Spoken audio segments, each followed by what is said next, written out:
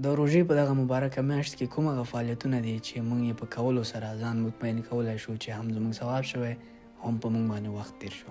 که غواړئ د دغه پوښتنې ځواب پیدا کړئ او د هغه 5 کتابونو په هکله باندې معلومات ترلاسه کړئ چې زما په اند په روژه کې باید ولولئ، نو دا ویډیو تر پایه وګورئ او زما سره پاتې شئ. I feel so alive. It's like my soul thrives in your light. But how I wish you'd be here with me all year around. Ramadan, Ramadan, Ramadan, ya Habib, Ramadan. سلام، وخت بخیر. فضل الله غوث ما د یو بلې ویډیو سره حاضر یم. د دې نه مخکې موږ په 2 ویډیوګانو کې په دې باندې بحث وکړو چې کوم هغه 5 کړنلارې دي چې د هغې په تعقیبولو سره موږ په روژه کې یو ښه رژیم لرلی شو، او د هغې نه بعد موږ په بله ویډیو کې د هغه ویډیو په ربط په دې باندې خبره وکړه چې په روژه کې د صدقې کومه طرحه ده چې موږ د هغې څخه مؤثره استفاده کولی شو. دا ویډیو هم د مغه تیرو 2 ویډیوګانو سره ربط لري، لکه څنګه چې ما په هغه ویډیو کې د کتابونو د لوستلو ذکر کړی په روژه کې په اختصاصي شکل باندې. نو زه غواړم چې خپل هغه 5 د خوښې کتابونه تاسو ته پیشنهاد کړم چې زه په روژه کې لوستل اړین بلم. او د ویډیو د شروع کول نه مخکې که چیرې تاسو دا ویډیو په یوټیوب باندې ګورئ نو لطفا زما د یوټیوب چینل سبسکرایب کړئ، او که چیرې په فیسبوک ګورئ نو زما د فیسبوک پاڼه در سره لایک کړئ چې دغه ویډیو ته ورته نور تیمز هم په همدغه شکل باندې تاسو ته مخته راشي او تاسو هغه وګورئ. د کتابونو د نومونو اخیستلو څخه مخکې باید زه یو شی تاسو ته واضح ووایم، دا چې په کوم سعودي یا نزولي ترتیب باندې ما ترتیب کړي دي، البته دا د کوم مؤلف یا د کوم یو ایجانس یا د کوم یو کتابخانې د خوا نه داسې ډېر زیات منل شوي کتابونه نه دي چې یاره د دې کتابونو لوستل حتمي او ضروري په روژه کې وشي. دا البته زما خپل د خوښې کتابونه دي، دا زما فیوریټ کتابونه دي، نو زه ځکه تاسو سره نومونه شریکوم چې تاسو هم ورڅخه برخمن شئ چې په دې کې کوم نالج پروت دی. په 5مه شماره چې کوم کتاب زه غواړم تاسو ته پیشنهاد کړم هغه د اردو ژبې یو کتاب دی د اقوال زرین په نامه باندې. په دې کې د پیغمبر صلی الله علیه وسلم د صحابه کرامو، تابعینو او تبع تابعینو غوره ویناګانې ذکر کړی شوي دي. دا کتاب چې دی ډاکټر مصباح چودھری لیکلی دی او په دې کې 300 مخو کې غوره ویناګانې راجمع کړی شوي دي. که چیرې تاسې ډېر زیات سالډ او کنکریټ یا ډېر زیات سیریس کتابونه نشئ لوستلی، نو دا ډېر زیات یو روان کتاب لیکل شوی دی او که په اردو ژبه پوهیږئ نو د دې څخه به ډېره استفاده وکولی شئ. دا کتاب مې په 5مه شماره ځکه پیشنهاد کړو چې نسبتا نورو کتابونو ته اسان دی او کولی شئ دا ولولئ. د دې څخه وروسته چې زه غواړم په 4مه شماره کې تاسو ته کوم کتاب پیشنهاد کړم هغه په اسلامي تاریخ باندې یو لیکل شوی کتاب دی، او که چیرې تاسې د اسلامي تاریخ سره د هغې د لوستلو سره علاقه او لیوالتیا لرئ نو کولی شئ چې په دې روژه کې خپله تنده ماته کړئ او دغه کتاب ولولئ او ډېر زیات څه به ترېنه زده کوئ. دا کتاب د اندلس په نامه دی، یا د اوسنۍ هسپانیو یا د پرتګال د ځینو برخو. د دې کتاب ژباړه چې ده پښتو ته عصمت الله زاهد مل صاحب کړې ده. د دې کتاب هستوي موضوع په اندلس یا اوسنۍ هسپانیا کې د مسلمانانو فتوحات دي، او بیا بیرته څنګه هغه حکومتولي د زوال سره مخ کېږي او بیرته هغه ساحې د مسلمانانو د لاس نه وځي، په دې باندې بحث شوی دی. ولې د هغې نه وروسته په ځینو نورو موضوعګانو لکه د اندلس پیژندنه، په اروپا کې د مسلمانانو د راتګ نه مخکې ځینې حالات او یا دغه تاریخ لوستل ولې موږ ته اړین دي، په دې کې زموږ مسؤلیت شی دی. په آخره کې یو ریسرچ یا یو څېړنیز نظر هم موجود دی، او په دې کتاب کې په مجموعي شکل باندې 12 درسونه موجود دي او دا کتاب 300 پاڼې دی.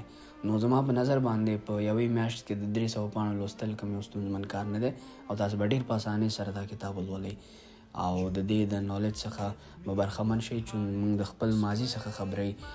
نو زما په نظر باندې دا کتاب باید زه د خپل په هغه لیست کې چې زه تاسو ته وړاندې کوم په 4مه شماره باید راغلی وی. د دې څخه وروسته چې زه غواړم تاسو ته په 3مه شماره یو کتاب پیشنهاد کړم هغه د قرآن کریم په هکله باندې دی. خوشبختانه د دې کتاب لیکوال مولوي صاحب محمد انورالدین شرفزي خپله موږ ته دا په پوهنتون کې په یو سمستر کې تشریح کړی دی او هغې تدریس کړی موږ ته. نو زما په نظر باندې د قرآن پوهنې په هکله چې څومره کتابونه لیکل شوي دي د شرفزي صاحب کتاب پکې یو د ډېر بهترین نه دی. دا کتاب قرآن پوهنه نومیږي او دا عموماً په 8 فصلو کې جامع او راټول کړی شوی دی. دا کتاب 150 مخه دی تقریبا، نو که چیرې 150 مخه تاسې په یوې میاشت کې توضیح کوئ او تقسیموئ په ورځو باندې نو لږ مخونه راځي چې هغه تاسې باید د ورځې ولولئ. زما په نظر د دې کتاب لوستل د موږ لپاره ډېر زیات ضرور دي، ځکه یوازې دا کافي نه ده چې موږ قرآن کریم لولو او د هغې تلاوت کوو. موږ د قرآن کریم په هکله باید د نورو ډېرو زیاتو موضوعګانو نه خبر شو چې تاسې په دې کتاب کې پیدا کولی شئ. زما د پیشنهاداتو په لړۍ کې چې 2م نمبر کتاب دی چې تاسو ته پیشنهاد کوم، هغه د قصص الانبیاء او د قصص القرآن په نامه باندې دی. په قصص الانبیاء او قصص القرآن باندې ما مخکې یو کتاب په اردو ژبه او یو کتاب په پښتو ژبه لوستی و، ولې د ځینو لیکوالانو او د کتابخانو د مسؤلینو سره چې ما خبرې وکړل، هغوی ویل چې هغه ډېر زیات مستند کتابونه نه وو او په هغې کې ځینې خبرې داسې راغلي وو چې پکې د ځان اضافه کړی شوي وو. نو دغه کتاب مستند کتاب دی او د دې لوستل د تاسو ته اړین بلمه، او په روژه کې لوستل ځکه ډېر ښه دي چې هم به په تاسې باندې وخت تیر شي، هم به د انبیاو کرامو د قصو څخه خبر شئ او هم به مو ډېر زیات څه د هغې قصو نه زده شي. د دې کتاب لیکوال مفتی اعظم مولانا شفیع رحمت الله علیه دی او پښتو ته ژباړه چې ده مولوي نورالحق انور صاحب کړې ده.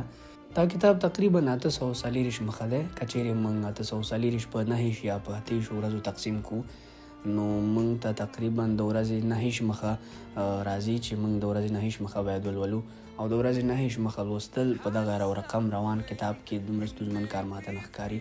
ډېر زیات روان ژباړه شوې ده په دې کې، او لکه څنګه چې قصص الانبیاء نوم دی په همدغه ترتیب باندې قصې پکې په ډېر زیات واضح او په ډېر روان انداز سره ذکر کړی شوي او د لوستونکو لپاره برابر شوي دي.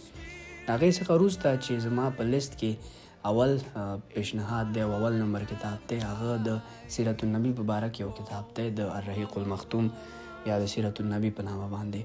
دا کتاب چې دی ډاکټر صفی الرحمن مبارک پوری صاحب لیکلی دی او د دې پښتو ژباړه چې ده د هغه پوهنځی مولوي جانباز سرفراز صاحب کړې ده.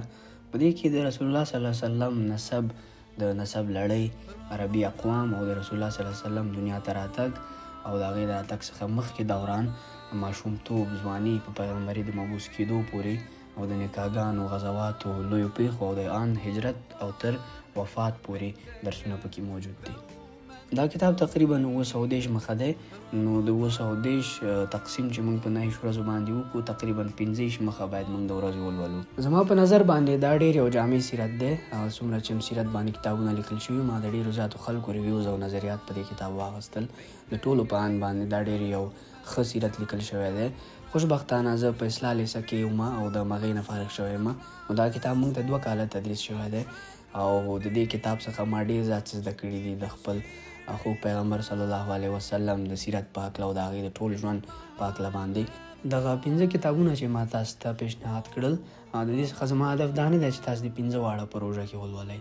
د دوی څخه یو دانه پیک کړئ او هغه یو دانه په ولولئ تاسې په دغه روژه کې. زه به ډېر زیات کوشش وکړم چې دغه کتابونو PDF نسخې تاسو ته پیدا کړم او د هغې لینک په ډسکرپشن کې زه تاسو ته پرېږدم. دا خو ټول هغه کتابونه چې یا ما مطالعه کړي دي او یا اوس مطالعه کوم او ما تاسو سره نومونه شریک کړل. تاسې کوم اسلامي کتابونه ما ته پیشنهاد کول غواړئ او یا کوم اسلامي کتاب دی چې تاسې ورڅخه ډېر زیات متاثره شوي یاست، هغه ما ته په کمنټ باکس کې ولیکئ تر څو زه یې ولولم او بیا د ویډیو د طریقې نورو خلکو سره شریک کړم. اوس که چیرې ویډیو مو خوښه شوې وي نو د خپلو ملګرو سره یې وړاندې شیر کړئ تر څو دا ویډیو نورو خلکو ته هم ورسیږي او هغوی هم د دغه معلومات څخه برخمن شي. تر دې چې بیا زه د بلې ویډیو سره ستاسو خدمت ته حاضرېږم. په یو بخښونکي خدای م سپارم. خدای پامان. ليتك دوما